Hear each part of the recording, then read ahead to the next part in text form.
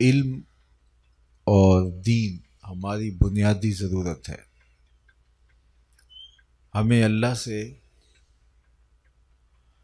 علم مانگنے کی ترغیب دی گئی ہے، اور اللہ نے اپنے محبوب علیہ السلام کو معلم بنا کر مبعوث فرمایا ہے، اور بجا طور پہ حضور علیہ السلام نے اس پر ناز کیا، انما بعثت معلما، میں معلم بنا کر بھیجا گیا ہوں۔ حضور کے سینے کو علم کے نور سے بھر دیا گیا، وَعَلَّمَكَ مَا لَمْ تَكُنْ تَعْلَمْ کا تاج حضور کے سر پہ رکھا گیا، لیکن اس کے باوجود محبوب کریم سے یہ دعا مانگنے کی تلقین فرمائی، قُلْ رَبِّ زِدْنِی عِلْمًا، اے محبوب فرما دو، اللہ کی بارگاہ میں یہ دعا پیش کرو کہ اے اللہ میرے علم میں اضافہ فرما۔ تو علم کی طلب کبھی بھی ختم نہیں ہوتی، اور یہ بات میں آپ سے عرض کروں کہ انسان اپنے دوسرے مشارکات سے جو ممتاز ہے وہ بوجہ علم ہے۔ ہمارے مناطقہ نے لکھا کہ انسان اپنے مشارکات سے، دیگر انواع سے جو ممتاز ہے وہ نطق کی وجہ سے ہے، باقی مخلوقات بول نہیں سکتی، معافی ضمیر کو نوک زباں پہ لانے سے قاصر ہیں۔ تو حضرت انسان بولنے کی صلاحیت رکھتا ہے، لہٰذا ناطق ہونے کی وجہ سے، بولنے کی صلاحیت رکھنے کی وجہ سے دیگر مخلوقات سے یہ ممتاز ہو گیا۔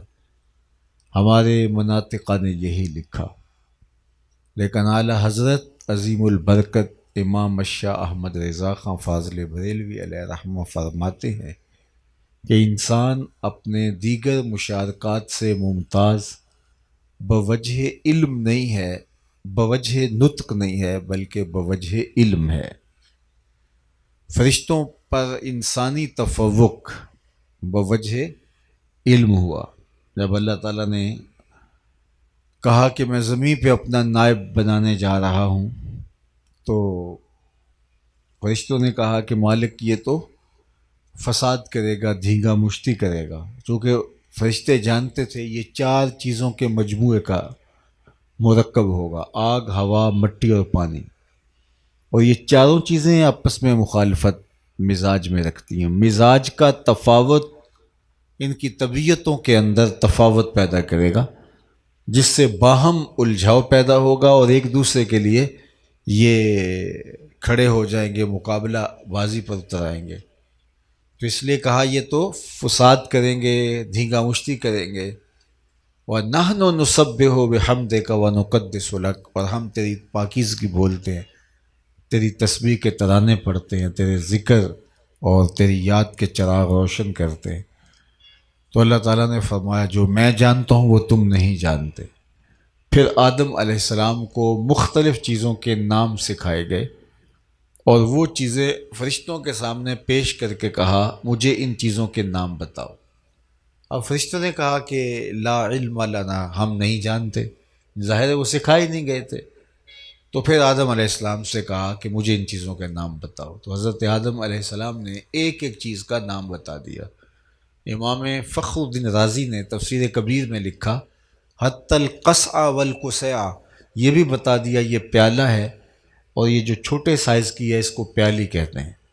صفاتہا ونعوتہا، ان کے وصف بیان کیے، ان کی خوبیاں بیان کی، طریقہ استعمال بیان کیا، کس میٹیریل سے یہ چیزیں بنتی ہیں، ٹوٹ جائے تو کیسے جوڑی جاتی ہیں، ایک ایک تفصیل بیان کر دی۔ اور اس کو اردو میں یہ کہتے ہیں، عربی میں یہ کہتے ہیں، ہندی میں یہ کہتے ہیں، مختلف زبانوں میں ان کے جو اسماء تھے، نام تھے، وہ بھی بتائے۔ جب سب چیزیں بتا چکے تو اللہ جل شانہ نے فرشتوں سے کہا کہ میں کہتا نہیں تھا کہ جو میں جانتا ہوں وہ تم نہیں جانتے، میں زمین و آسمان کی چھپی ہوئی چیزوں کو جانتا ہوں۔ تو اب میرے شاہکار کے آگے تمہیں پیشانی رکھنا ہوگی۔ اچھا، یہاں رک کے اگر آپ کی توجہ ہو، ایک بات میں آپ کے گوش گزار کرنا چاہتا ہوں، اور وہ یہ کہ اللہ نے دعویٰ تو یہ کیا تھا جو میں جانتا ہوں وہ تم نہیں جانتے۔ یہی دعویٰ تھا، انی عالم ما لا تعلمون، جو میں جانتا ہوں وہ تم نہیں جانتے۔ دعویٰ یہ تھا۔ دلیل کیا ہے؟ جو آدم علیہ السلام جانتے ہیں وہ فرشتے نہیں جانتے۔ دعویٰ عالم ہونے کا تھا، اور دلیل جو دی گئی اس میں فرشتے بے بس نظر آئے جناب آدم علیہ السلام کے علم کے سامنے۔ دعویٰ یہ تھا کہ جو میں جانتا ہوں وہ تم نہیں جانتے، اور دلیل سے کیا ثابت ہو رہا ہے؟ جو آدم علیہ السلام جانتے ہیں وہ فرشتے نہیں جانتے۔ تو دعویٰ ہے اپنے عالم ہونے کا، اور دلیل ہے حضرت آدم علیہ السلام کے عالم ہونے کی۔ تو اس کا کیا جواب ہوگا؟ تو علماء نے اس پہ بڑی خوبصورت باتیں لکھی ہیں۔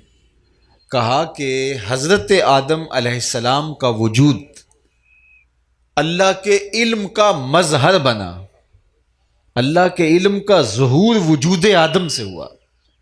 تو کہا کہ دیکھو یہ جو میرا شاہکار ہے تم تو اس کا مقابلہ نہیں کر پاتے، اور علمی تفوق جو اسے دیا گیا ہے تو اس لیے خلافت کا استحقاق اسی کو حاصل ہوگا۔ میں اس کو ایک سادہ مثال سے سمجھاؤں کہ میں یہ دعویٰ کروں کہ میں مصور ہوں، یہ میرا دعویٰ ہو، تو آپ اس دعوے کو کیسے مانیں گے؟ میرے قد کاٹ سے اندازہ کیا جا سکتا ہے کہ میں مصور ہوں؟ میرے لباس سے، میری وضاقتہ سے، میری پگڑی کے رنگ سے، میرے بولنے کے سٹائل سے، میرے چلنے سے یہ تو معلوم نہیں ہو سکتا کہ میں مصور ہوں۔ تو دعویٰ میرا ہے میں مصور ہوں، لیکن یہ میری پگڑی نہیں بتا سکتی، میری ویسکوٹ نہیں بتا سکتی، میری چال ڈھال، میری تقریر سے یہ پتہ چلے گا یہ مقرر ہے، لیکن مصور ہے یہ تقریر سے پتہ نہیں چلے گا۔ تو پھر کیسے میں اپنے مصور ہونے کا اعلان کروں گا، اپنا مصور ہونا کیسے بیان کروں گا؟ تو میں کاغذ کا ایک ٹکڑا لوں گا اور وہ آپ کے سامنے کروں گا کہ یہ دیکھو کاغذ کا ٹکڑا ہے، اور پھر اس کے اوپر کچھ تراشوں گا۔ خوبصورت تصویر بن گئی، اور میں نے کہا دیکھو کیسی ہے؟ آپ نے کہا کمال کر دی۔ تو میں نے کہا کہ یہ میں نے بنائی ہے۔ تو آپ نے دیکھا اس کاغذ کو، تصویر وہ دیکھی، مصور مجھے مانا۔ چونکہ میرا فن مصوری ظہور پذیر ہوا کاغذ کے ٹکڑے پر، تو کاغذ کا ٹکڑا میرے فن کا مظہر بن گیا۔ فن میرا تھا، ظاہر کاغذ کے ٹکڑے سے ہوا۔ تو آپ نے مجھے مصور ماننا ہے تو میرے چہرے کو دیکھ کے مصور نہیں مان سکتے۔ مجھے مصور ماننا ہے تو میری تقریر کو سن کے مصور نہیں مان سکتے، میری چال ڈھال کو سن کے مصور نہیں مان سکتے۔ یار جب آپ مجھے دیکھ کر کے بھی مجھے مصور نہیں مان سکتے تو جس کو دیکھا بھی نہیں جا سکتا اس کو کیسے عالم مان لیا جائے؟ تو مجھے بھی اپنا آپ منوانے کے لیے، اپنا مصور اس فن کو منوانے کے لیے کاغذ کے اوپر لکھنا پڑا، اور کاغذ کا وجود میرے فن کے ظہور کا جو ہے وہ مظہر قرار پایا۔ کہا دیکھتے کاغذ کو جاؤ اور مصور مجھے مانتے جاؤ۔ کہا کہ جناب آدم علیہ السلام کا وجود اللہ کے علم کا مظہر بنا، دیکھتے آدم کو جاؤ، عالم مجھے مانتے جاؤ۔ اور حضرت شیخ عبدالحق محدث دہلوی علیہ الرحمہ نے یہاں ایک اور بڑی خوبصورت بات کی۔ کہا ہر نبی اللہ کی کسی نہ کسی صفت کا مظہر ہے۔ اللہ کا ہر نبی اللہ کی کسی نہ کسی صفت کا مظہر ہے۔ اگر اس کا علم دیکھنا ہے جناب یوسف کو دیکھو، اس کا حلم دیکھنا ہے جناب ابراہیم کو دیکھو، اس کا جلال دیکھنا ہے جناب موسیٰ کو دیکھو، اس کا کمال دیکھنا ہے جناب عیسیٰ کو دیکھو، اس کا حسن دیکھنا ہے جناب یوسف کو دیکھو۔ کہا تمام انبیاء اللہ کی صفات کے مظہر ہیں، اور پھر بولے کہ میرے مصطفیٰ جان رحمت اللہ کی ذات کے مظہر ہیں۔ اللہ اکبر۔ سر سے لے کر پاؤں تک تنویر ہی تنویر ہے، جیسے منہ سے بولتا قرآن وہ تفسیر ہے، سوچتی ہے دنیا مصطفیٰ کو دیکھ کر وہ مصور کیسا ہوگا جس کی یہ تصویر ہے۔ تو آدم علیہ السلام کا تفوق فرشتوں کے اوپر جو ثابت ہوا وہ حضرت آدم علیہ السلام کا اشیاء کا نام جاننا۔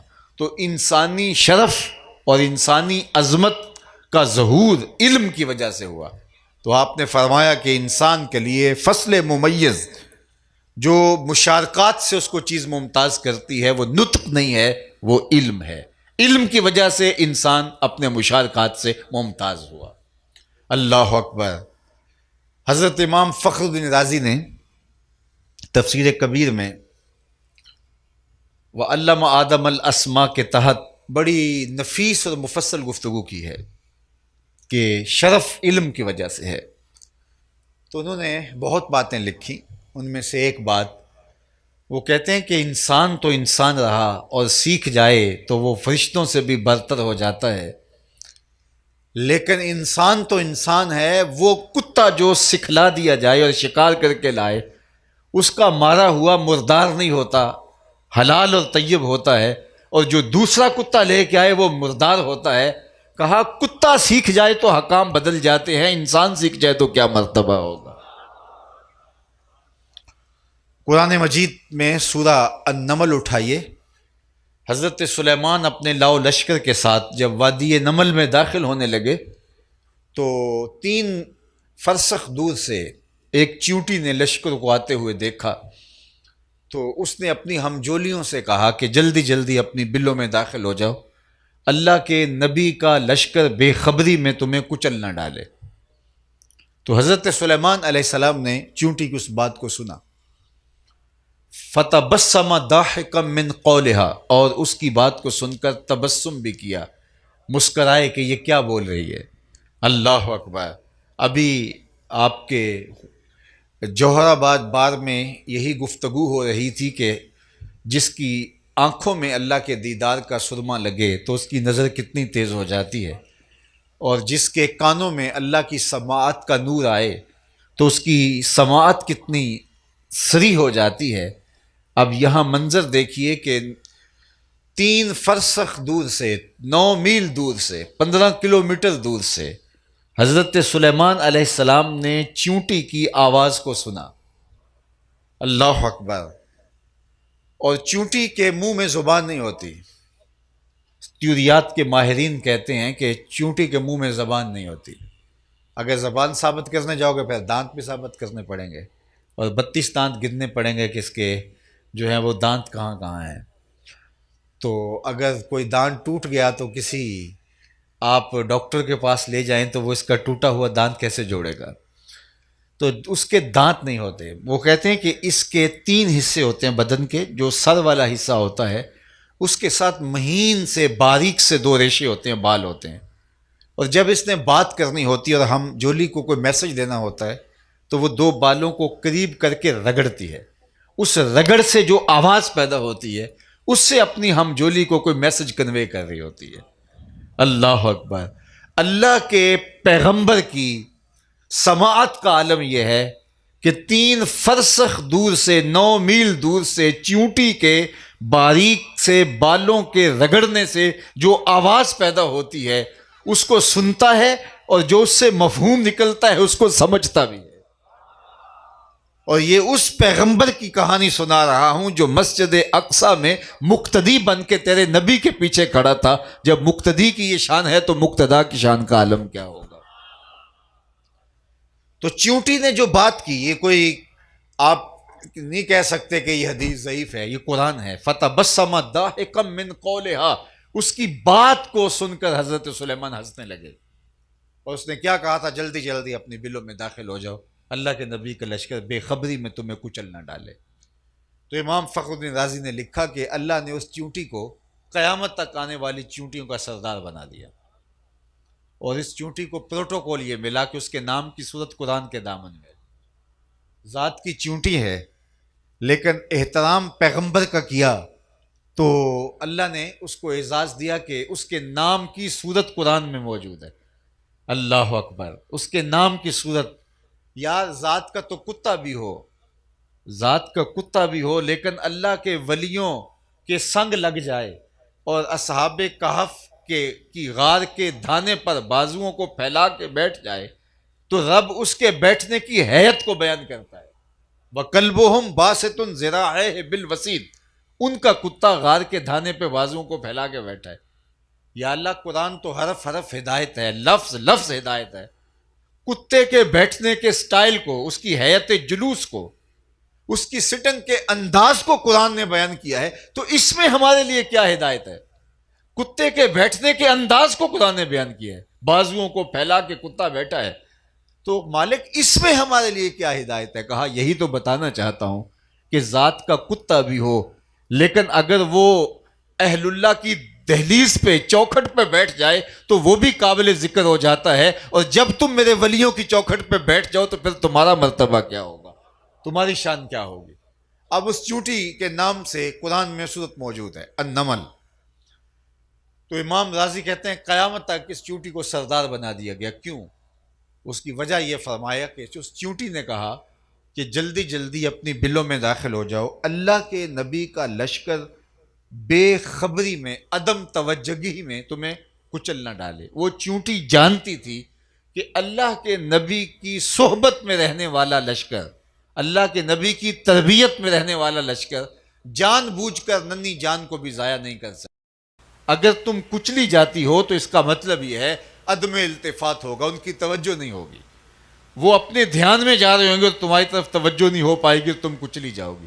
اس نے یہ جو کہا کہ عدم توجہ کی وجہ سے تم کچلی جاؤ گی، تو وہ جانتی تھی کہ پیغمبر کی صحبت کا نتیجہ یہ ہے کہ ننھی جان کو بھی ضائع نہیں کیا جا سکتا. اس علم کی وجہ سے اس کو باقی چونٹیوں کا سردار بنا دیا گیا. اور اگر آپ کی توجہ ہو تو یہاں رک کے ایک جملہ اور بھی کہنا چاہتا ہوں، اور وہ یہ، ایک چونٹی بھی جانتی تھی کہ پیغمبر کی صحبت پانے والا لشکر جان بوجھ کر ننھی جان کو بھی ضائع نہیں کر سکتا، اور جو اپنے بدن سے بم باندھ کر کے انسانوں کے ہجوم میں گھس جائے اور پھر پھٹ جائے اور چھوٹے چھوٹے بچوں کے جسم کے لوتھڑے دیواروں سے چپک جائیں اور پھر وہ سینے پہ ہاتھ رکھ کے ذمہ داریوں قبول کرتے پھریں کہ یہ ہم نے کارنامہ سر انجام دیا ہے، وہ پیغمبر کا لشکر نہیں ہو سکتا، شیطان کا لشکر ہو سکتا ہے.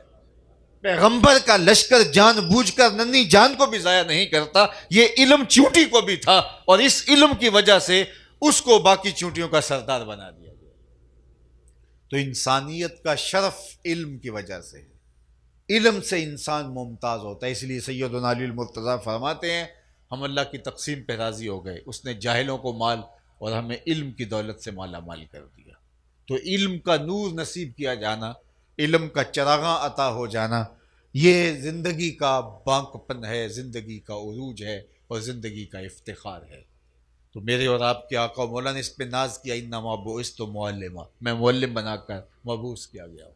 آقا کریم علیہ السلام نے فرمایا کہ صبح اس حال میں کر کہ تو عالم ہو، اور اگر یہ حالت نہیں ہے تو علم سیکھنے والا ہو، اور اگر یہ بھی نہیں ہے تو علماء کے پاس بیٹھنے والا ہو، اور اگر یہ بھی نہیں ہے تو ان کے ساتھ محبت کرنے والا ہو. فرمایا پانچواں نہ بننا ہلاک ہو جائے گا. یا تو خود عالم بن جا، اگر یہ فرصت نہیں ہے تو پھر طالب علم بن جا، سیکھنے لگ جا. ساری زندگی سیکھنا چاہیے. علماء نے لکھا کہ اگر کسی شخص کو پتہ چل جائے کہ میری زندگی بہت تھوڑی رہ گئی ہے، چند سانسیں باقی ہیں، آج کل وہ ڈاکٹر بتا دیتے ہیں کہ کینسر اس سٹیج پہ چلا گیا ہے کہ اب تمہارے بچنے کی ظاہری امید تو کوئی نہیں رہی، اللہ چاہے تو لمبی زندگی بھی دے دے لیکن ظاہری اسباب منقطع ہو گئے، یہ چند دن کی کہانی ہے، پھر تیری زندگی سمٹ جائے گی. تو اگر کسی کو یا کسی کو سزائے موت ہو جاتی ہے تو بچ جائے تو اللہ کی مرضی، ورنہ ظاہری سبب تو یہ ہے کہ فلاں دن اس کو پھانسی دے دیا جائے گا. کسی کو کسی وجہ سے پتہ چل جائے کہ میری زندگی کے دن بہت تھوڑے رہ گئے ہیں تو وہ کیا کرے؟ نیکیاں بہت ساری ہیں، اب زندگی تھوڑی سی رہ گئی ہے. تو علماء نے کہا کہ وہ علم سیکھنے لگ جائے. اس کے لیے سب سے افضل وظیفہ طلب علم ہے. اور ایک حدیث پاک میں آتا ہے جو اس حالت میں انتقال کر گیا کہ وہ طالب علم تھا، قیامت کے دن اس کے اور پیغمبروں کے درمیان صرف ایک درجے کا فرق ہوگا. اللہ اکبر. تو علم سیکھنے کی ہمیں ترغیب دی گئی ہے. تو کہا یا تو عالم بن جا یا پھر طالب علم بن جا، سیکھنے لگ جا. اللہ اکبر. طالب علم کے پاؤں تلے اللہ کے نورانی فرشتے پر بچھاتے ہیں. جب وہ علم سیکھنے کے لیے گھر سے چلتا ہے فرشتوں کے نورانی پر بچھ جاتے ہیں. یہ پروٹوکول ہے، رزن لطالب العلم. عالم دین کی، طالب علم کی عزت افزائی کے لیے، اس کے پروٹوکول کے لیے، اس کی تکریم کے لیے. یہاں کوئی کسی کے لیے کتنے قالین بچھا لیتا ہوگا. مختلف ممالک کے صدور آتے ہیں تو چلو کوئی آدھا کلومیٹر سرخ قالین بچھا لیتا ہوگا، کوئی اس سے کم بچھا لیتا ہوگا، اور وہ بھی ٹینٹ سروس والوں سے پرانے سے قالین ہوتے ہیں، وہ بچھا لیے. چلو کسی نے نئے بھی ڈال لیے تو آدھا کلومیٹر. لیکن 300 میل سے بھی طالب علم چلا ہے. اللہ اکبر. اس کے پاؤں تلے اللہ کے نورانی فرشتوں کے مقدس پر بچ جاتے ہیں. اللہ اکبر. کتنا بڑا اعزاز ہے، کتنی بڑی عزت افزائی ہے، کتنا بڑا پروٹوکول ہے. تو کہا یا عالم بن جا یا علم دین سیکھنے والا بن جا. اللہ اکبر. یہ طالب علم جو دین سیکھتے ہیں اللہ رسول کو بہت محبوب ہوتے ہیں. ہمارے تاریخ فرشتہ میں ایک بڑا خوبصورت واقعہ لکھا ہے کہ سلطان محمود غزنوی کے ذہن میں 3 شکوک اٹھتے تھے. ایک یہ کہ العلماء ورثۃ الانبیاء، یہ جو کہا گیا علماء نبیوں کے وارث ہیں. وہ کہتا تھا اتنا بڑا اعزاز کیسے کہ نبیوں کے وارث ہیں. تو یہ کہیں اپنی مدح میں علماء نے یہ حدیث خود تو نہیں گھڑ رکھی. اور ایک شک اسے یہ بھی ہوتا تھا کہ قیامت کے حوالے سے کبھی سوال اٹھتا تھا اس کے ذہن میں. اور تیسرا، میرا والد سلطان سبکتگین ہے یا کوئی اور، یہ بھی اس کے ذہن میں ایک وسوسہ پیدا ہوتا تھا. اس کو کسی نے کہا تھا کہ تو لے پالک ہے. تو یہ 3 شکوک اس کے خانہ ذہن میں کلبلاتے تھے. ایک دن بادشاہ اپنے محل سے باہر نکلا اور خادم سونے کی شمع دان لیے آگے آگے چل رہے تھے کہ اچانک اس نے ایک منظر دیکھا کہ ایک مدرسہ ہے اور اس کی چھوٹی چھوٹی 4 دیواری ہے اور وہاں طالب علم پڑھتے ہیں. مدرسے کی لالٹین میں تیل نہیں ہے، اور جب وہ سبق بھولتے ہیں تو قریب جلتے ہوئے گیس کی روشنی میں جو ایک دکاندار کی دکان پر جل رہا تھا وہاں آتے ہیں، سبق دیکھتے ہیں، دہراتے ہیں، پھر چلے جاتے ہیں. بادشاہ نے پہلی مرتبہ علم دین کے لیے یہ تڑپ دیکھی طلباء کی. اس کا دل پسیج گیا. قریب آیا تو وہ شمع دان ان طلباء کے سپرد کر دیا کہ لو تم جو ہے وہ یہاں. تو طالب علم خوش ہو گئے، اللہ کے رسول بھی راضی ہو گئے. بادشاہ واپس آیا، پلٹا سویا، مقدر جاگے، حضور کا دیدار نصیب ہوا. تو آقا کریم خواب میں ملے اور مسکراتے ہوئے کہا اے سبکتگین کے بیٹے محمود، تو نے آج میرے ایک وارث کی قدر کی ہے، کل قیامت کے دن تیری شفاعت کروں گا. اللہ اکبر. لہو خورشید کا ٹپ کے اگر ذرے کا جگر چیرے. ایک جملہ کہا، 3 شک بھی دور کی اور جنت کی بشارت بھی. تو یہ علماء کے وارث ہیں. ہمارے استاد مفتی عبداللطیف رحمۃ اللہ تعالیٰ علیہ فرمایا کرتے تھے کہ یہ جو طالب علم ہوتے ہیں، ظاہر عمر بڑی ان کی کچی سی ہوتی ہے، اور اس عمر میں کھیلنے کودنے کی طرف طبی رجحان اور شغف ہوتا ہے. تو جو بیچارے طالب علم ہیں وہ تو اس عمر کی وجہ سے تھوڑے شریر ہوتے ہیں، لیکن جو مسجد کے اندر آنے والے نمازی اور دائیں بائیں سے وہ ان کو فرشتے کی شکل میں دیکھنا چاہتے ہیں. وہ کہتے ہیں نہ یہ ہنسیں، نہ یہ کوئی جو ہے وہ ایسا کام کریں. تو وہ تو ہر وقت تاڑ میں رہتے ہیں کہ کوئی تھوڑی سی بات ملے اور ہم کہیں کہ یہ طالب علم لڑ رہے تھے، یہ الجھ رہے تھے، یہ کر رہے تھے، انہوں نے پلیٹ پھینک دی، تو وہ تو بہانے تراشتے رہتے ہیں. تو ایک مدرسے کے اندر ایک طالب علم رہتے تھے، اور ایک شخص فارغ البال ہو کے، یعنی سارے کام کاج سے فارغ ہو گیا، بچوں کی شادیاں کر لیں، تو وہ ان طلباء کے لیے وقف ہو گیا.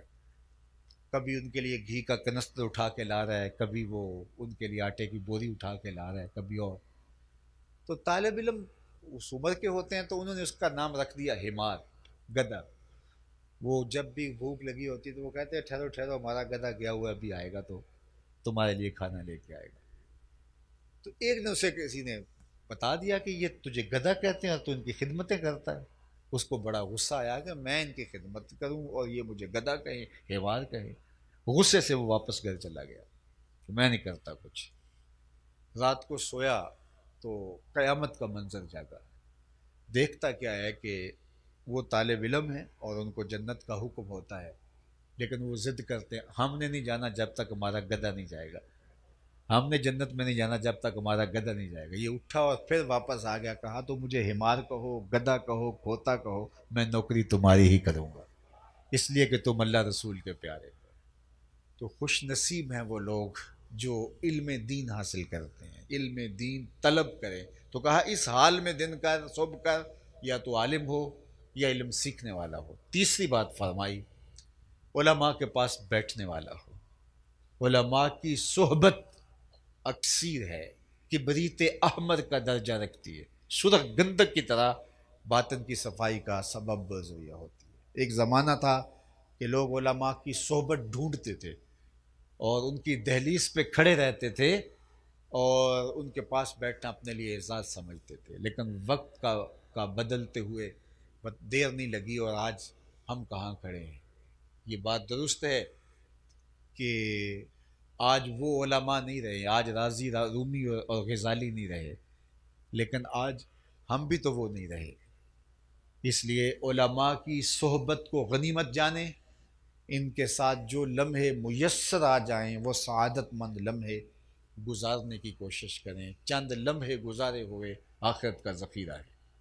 چوتھی بات فرمائی کہ یا پھر ان کے ساتھ محبت کرنے والا بن جا، ان کا پیار تیرے سینے میں ہو۔ اللہ اکبر۔ اور یہ تو کہا ان میں سے کوئی ایک ضرور بننا تو نے، ولا تکن خامسہ، لیکن پانچواں نہ بننا۔ اور ہم پانچویں بن جاتے ہیں، ہر وقت تنقید کی زبان کھولے رکھتے ہیں۔ تو علم حاصل کریں، علم نافع حاصل کریں، اپنے بچوں کو عالم بنائیں۔ اللہ تعالیٰ علماء کی شفاعت کل قیامت کے دن قبول فرمائے گا، اور علماء کی شفاعت سے جہنم کا حکم جن لوگوں کو ہو چکا ہوگا ان کی شفاعت سے اللہ انہیں جنت فرمائے گا۔